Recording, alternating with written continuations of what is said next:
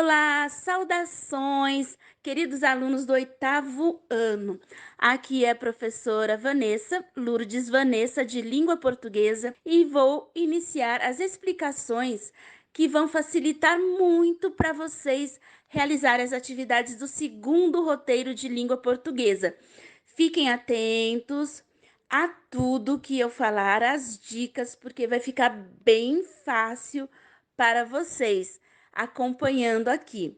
Bom, as primeiras atividades do roteiro são sobre um texto que está no livro de vocês. Então, tem que ler o texto antes, porque como responder questões sobre um texto se a resposta está no texto e você não leu, né? Não faz sentido. Então, claro que tem que ler primeiro. E estou passando aqui para ler com vocês. Vocês vão abrir o livro na página 230, que é onde está o texto, e vão acompanhar comigo olhando para o livro, lendo as palavras juntos, enquanto eu leio aqui. Nada de olhar para o alto, para o lado, muito menos conversar com alguém, né, na hora da leitura, porque essa atividade de agora é que vai fazer você entender o texto e poder responder as questões. Vamos lá? Abram os livros. Leiam junto comigo em silêncio, enquanto eu leio alto para vocês. Página 230. Crônica reflexiva, o exercício de um olhar atento e crítico. Ser cronista é perceber nas situações do dia a dia algo que a maioria das pessoas não vê, passando pela rua, recebendo informações pela mídia, lendo literatura. O cronista capta um detalhe da realidade e procura apresentá-lo a seus leitores de um modo inovador. Vamos conhecer nesse capítulo um dos tipos de crônica, a crônica reflexiva. Iniciaremos com a leitura de uma crônica de Marina Colasanti, escritora de grande prestígio no Brasil. Leia o texto a seguir.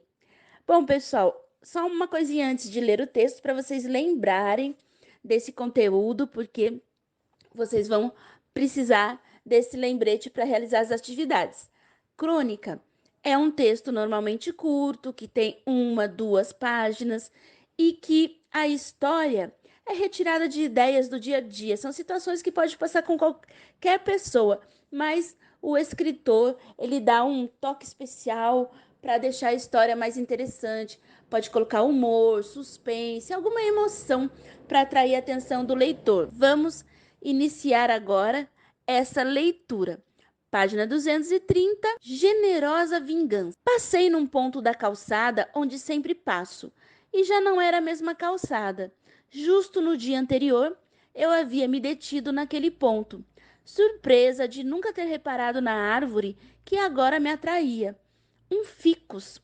Mas, para lá de toda definição botânica, uma presença majestosa, um verde amplo como campo suspenso, plena harmonia de ramos e folhas, de luz refletida e sombra projetada. O tronco plural, ficus, nunca tem um único tronco, mas uma entidade tronco feita de filamentos, acréscimos, ondulações. Projetava-se um tanto sobre a rua, para escapar dos edifícios. Reparei, não sem uma ponta de inquietação, que raízes haviam quebrado uma parte da calçada e protuberavam no asfalto. E me iludi, pensando que as autoridades, sempre tão cegas, não reparariam nesse avançar. Explicação desse primeiro parágrafo.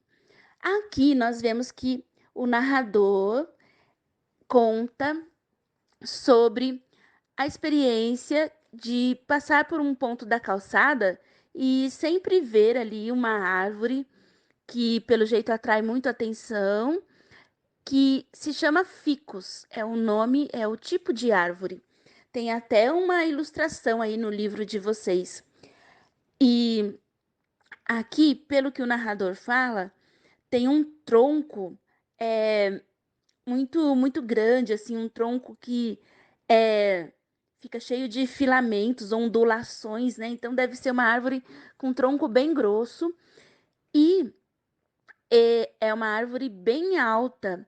E além disso, ela tem raízes que saem para fora da calçada e quebram um pouco a calçada e saem até o asfalto. Quem já não viu, né? árvores assim, calçadas assim. Continuando a leitura, segundo parágrafo. Repararam. Passei na calçada onde sempre passo, e todo aquele trecho, antes acolhedor como um bosque, havia sido brutalmente despido. Uma luz descarada alastrava-se como inundação por toda parte, rodeando o tronco que, justo no dia anterior, eu havia acariciado com o olhar, e não havia uma única folha. Não foi uma poda razoável, foi uma tentativa de assassinato. Cortaram os galhos junto ao tronco, como se decepassem braços junto ao ombro. Nada sobrou além do monólito vegetal, espécie de menhir urbano com que só os deuses podem dialogar. E não duvido que funcionários venham com serras mais potentes para eliminá-lo. Explicação do segundo e do terceiro parágrafo. Aqui, pessoal, ela fala que o pessoal da prefeitura veio e acabou podando a árvore, mas podou muito mesmo, podou todos os galhos. Ela fala aqui, né, que podou como se fosse braços cortados até o ombro. Então a árvore ela ficou ali praticamente sem galho e sobrou só o tronco. O tronco ela chama aqui de monólito vegetal, menhir urbano. Monólito, menhir são monumentos, esculturas que geralmente são assim uma pilastra, assim, tipo um tronco mesmo, sem galho, só que de pedra. Então ela compara, porque da árvore restou praticamente só o tronco. Leitura do quarto parágrafo agora. Justamente nesses dias, Daniel Chamovitz, estadunidense radicado em Israel, havia nos dito que as plantas sentem quando são tocadas, percebem cheiros e gostos, podem ver.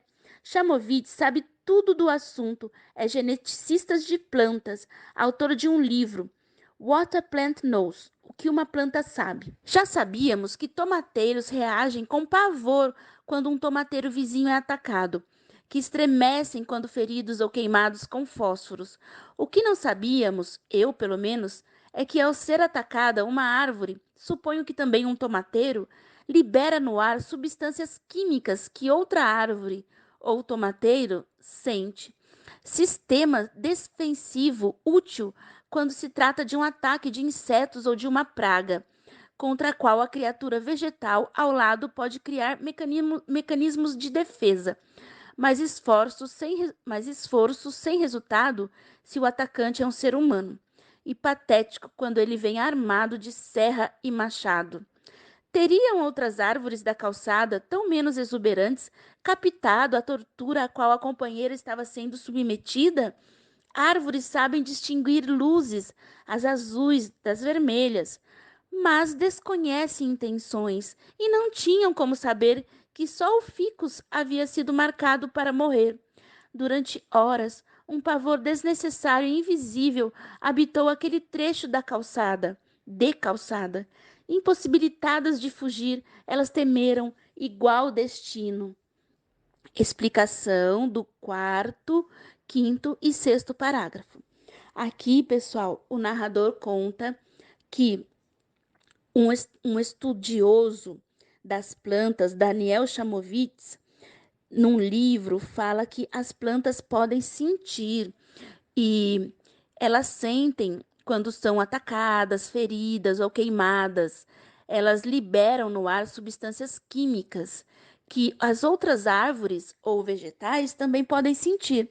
Então, aqui o narrador ou narradora fala, né, se pergunta se quando houve a poda do ficus da árvore que ela prestava atenção, se as outras árvores ali em volta também sentiram, né, isso no ar e ficaram com medo, porque elas estavam impossibilitadas de fugir, né? A árvore não anda. Então, ela ficou, a narradora ou narrador ficou se perguntando sobre isso. Continuação da leitura, sétimo parágrafo. Hoje tive minha vingança. Voltando para casa, com a alma ainda amarrotada pelo ataque ao ficus, reparei num mamoeiro que o acaso ou a mão devota de alguém plantou no canteiro frente a um prédio. um mamoeiro inesperado e tão jovem, da minha altura, delicado como sabem ser os mamoeiros, tronco esguio e limpo, folhas de longo talo simetricamente esparsas no alto. Jovem, mas já trabalhando com firmeza. Junto ao tronco, no despontar dos talos, havia produzido brotos que logo seriam flores, e flores brancas que mais lentamente seriam frutos. A vingança da natureza, respondendo com multiplicação e abundância à brutalidade dos ataques. Mas a faço minha, pelo vazio que senti com a ausência na calçada e pelo risco de atropelamento que corro atendendo aos encantos vegetais. Esse é um texto de Marina Colasanti, disponível no site www.mariacolazante.com, acessado em 14 de setembro de 2018. Explicação dos dois últimos parágrafos. Pessoal, aqui a narração fala de que o narrador ou narradora sentiu ali uma doce vingança, né? Por quê? Porque a natureza, ela sempre se renova e nasceu ali, que ela não tinha reparado ainda e reparou naquele dia, um pé de mamão, ou seja, um mamoeiro, já alto, quase da altura do narrador ou narradora. E isso, ela se sentiu vingada pela destruição, pela poda da árvore ficus, que tanto gostava, pelos funcionários da prefeitura. Então, é por isso que aqui no último parágrafo é dito que a vingança é da natureza, e depois fala, mas a faço minha, pelo vazio que senti, com a ausência na calçada. Então, aqui o narrador sentiu falta daquela árvore podada na calçada, mas sentiu que a natureza se vingava da destruição porque tinha outras árvores, como o mamoeiro. Então, essa foi a leitura da crônica, da página 230 e 231, e podemos perceber que o texto crônica é realmente uma história tirada ali do dia a dia, que pode acontecer com qualquer pessoa. Porque, afinal de contas, quem nunca passou por uma calçada e viu uma árvore com as raízes saindo e que depois a prefeitura foi lá e teve que podar essa árvore ou até cortar porque estava atrapalhando a rua, estava atrapalhando a calçada, os fios no alto, né? Então, uma situação do dia a dia que foi transformada aí em uma bela história.